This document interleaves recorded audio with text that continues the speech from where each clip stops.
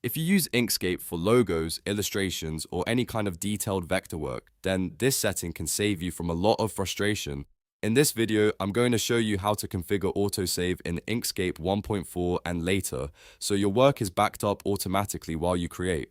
This is especially useful if Inkscape ever becomes unresponsive or crashes during a big project. And if this tutorial helps you out, make sure to hit that like button and subscribe for more practical software guides. Now let's jump in. First, open Inkscape on your computer. To get started, go up to the Edit menu at the top of the screen and click Preferences. If you prefer keyboard shortcuts, you can also press Shift, Control, and Pad at the same time. That will open the Preferences window just like the menu option does. Once the Preferences panel appears, look at the left-hand sidebar. You'll see a list of categories, and the one you need is Input and Output. Click the arrow next to it to expand the section.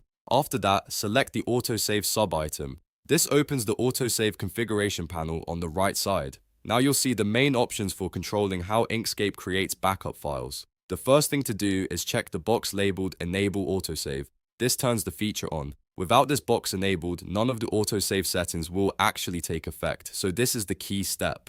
Next, set the autosave interval in minutes. This determines how often Inkscape will create a backup copy of your file. If you're working on a simple project, a longer interval might be fine. But if you're working on complex artwork, or if Inkscape has been prone to fatal errors on your system, a lower interval is usually the safer choice. A good starting point is between 2 and 5 minutes, because that gives you more frequent recovery points without being too disruptive.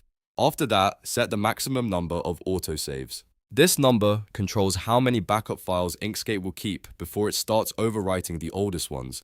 For example, if you set this limit to a small number, your backup folder stays cleaner and uses less space. If you set it higher, you'll have more restore points available in case something goes wrong. Choose the value that makes the most sense for your workflow and available storage. Now pay close attention to the Autosave directory field.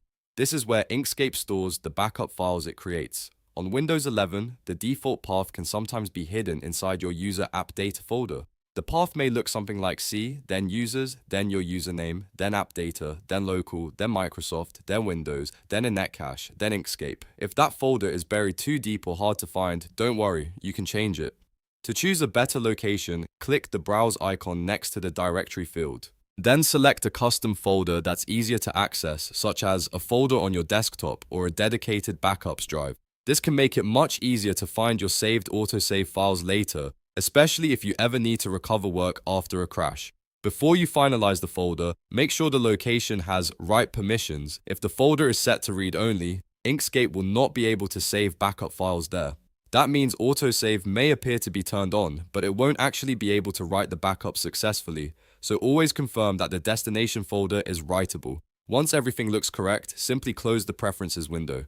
Inkscape saves these settings automatically, so there's no separate apply button you need to press. From this point on, Inkscape will generate SVG backup files at the interval you selected, using the directory you chose. And that's it. You've now configured autosave in Inkscape 1.4 Plus, which means your projects will be backed up automatically while you work. It's a small setting, but it can save you a huge amount of time and stress if something goes wrong. If this video helped, please give it a like, subscribe to the channel, and turn on notifications so you don't miss the next Inkscape tutorial. Thanks for watching, and I'll see you in the next one.